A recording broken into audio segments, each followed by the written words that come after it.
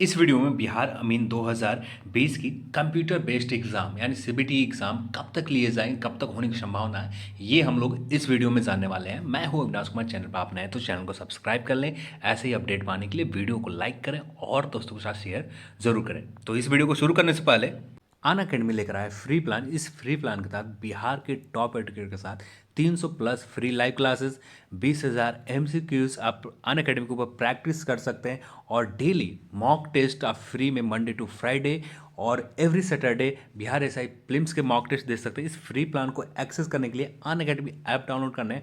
App download करने के बाद आपको अपना गोल सेलेक्ट करना है, बीपीएससी सेलेक्ट करने के बाद ये मेरा रेफर कोड ED10 इस्तेमाल करने, इसके बाद इस फ्री प्लान को आप अनलॉक कर सकते हैं। अन अकेडमी फ्री प्लान के अलावा आप प्लस प्लान को इनरोल करते हैं तो आपको जो कोर्सेज हैं ये कोर्सेज समय पर पूरे किए जाते हैं। 20,000 क्वेश्चन बैंक डेली प्रैक्टिस कर सकते हैं। आप वीडियो को यूट्यूब की तरह यहाँ पर भी डाउनलोड कर सकते हैं। आप PDF डाउनलोड कर सकते हैं। जो भी गाइडेंस है ये डेडिकेटेड गाइडेंस दिए जाते हैं। साथ में हम बात कर लेते हैं अन अकेडमी के बैचेज के ऊपर। बिहार ऐसा कि कंप्लीट कोर्स प्रीलिम्स और मेंस एग्जाम की तैयारी अन अकेडमी पर स्टार्ट हो चुके, बैचेज स्टार्ट हो चुके हैं और BPSC मेंस के प्रीलिम्स और मेंस एग्जाम के प्रिपरेशन के लिए भी बैचेज स्टार्ट हो चुके हैं। बिहार के टॉप एजुकेटर के साथ आप इन बैचेज को इनरोल कर सकते हैं। साथ में आपने 6 BPSC प्रीलिम्स एग्जाम दे रखा है तो 6 BPSC मेंस की तैयारी अन अकेडमी लक्ष्य BPSC के तहत आप कर सकते हैं। आपको अन अकेडमी ऐप डाउनलोड करना है। अन अकेडमी ऐप डाउनलोड करने के बाद BPSC गोल सेलेक्ट करने हैं। सेलेक्ट करने के बाद गेट सब्सक्रिप्शन के ऊपर आ जाना है। इसके बाद ये आपके सामने प्लान खुलते हैं। इस प्लान में से किसी एक प्लान को, आपको जो भी प्लान आप एफर्ट करते हैं उस प्लान को सेलेक्ट करना है। सेलेक्ट करने के बाद ये मेरा रेफर कोड यूज़ करना है ED10। यूज़ करने के बाद आपको प्रोसीड टू पे कर देना है और साथ में किसी भी माध्यम से आप पेमेंट कर सकते हैं और अपने बैचेज को, अपने कोर्सेज को कंप्लीट कर सकते हैं।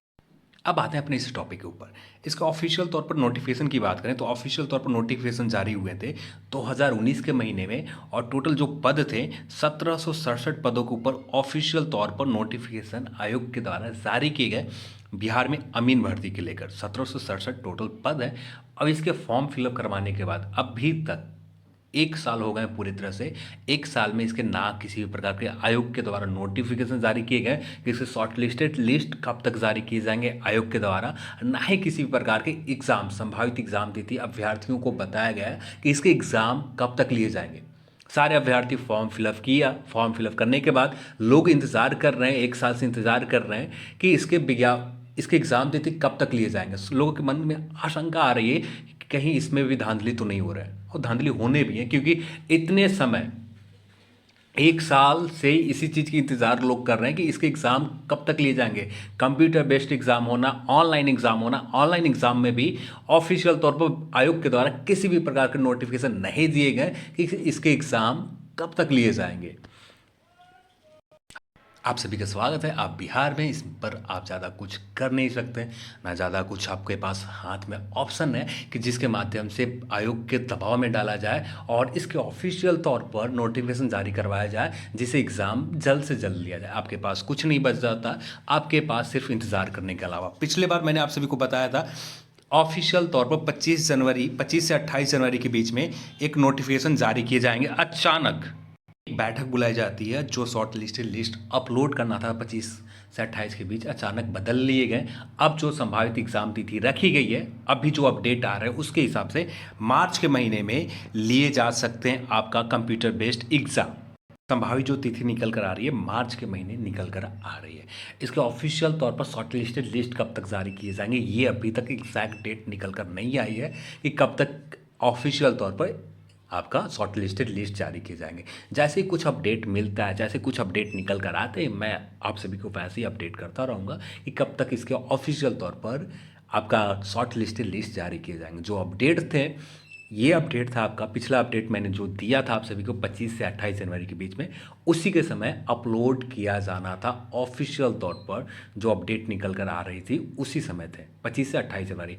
अचानक रात एक बैठक बुलाई गई और बैठक बुलाने के बाद उस नोटिफिकेशन को जो अपलोड करने थे शॉर्ट लिस्टेड लिस्ट को, उसे रोक दिया गया। अब जो निकल कर आ रही है अपडेट एग्ज़ाम के ऊपर मार्च के महीने में लिए जाने की संभावना है कंप्यूटर बेस्ड बिहार अमीन 2019 की भर्ती की।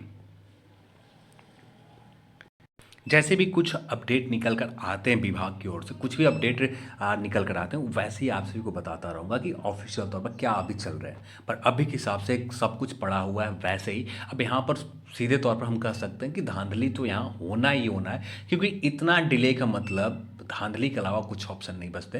क्योंकि इतने डिले एक मेरिट लिस्ट, शॉर्ट लिस्ट तैयार करने में, यदि मैनुअली भी तैयार किया जाए तब भी ये लिस्ट कम से कम 6 मंथ में तैयार हो जानी चाहिए थी मैनुअली। पर यहाँ पर कंप्यूटर के माध्यम से तैयार किए जाते हैं, फिर भी इस लिस्ट को तैयार करने में इनके पास 6 मंथ कंप्लीट लग जाते हैं। तो यहाँ पर शक और यहाँ पर प्रश्न उठना बहुत ज़रूरी हो जाता है कि यहाँ पर इतना लेट और इतना डिले हो क्यों रहा है।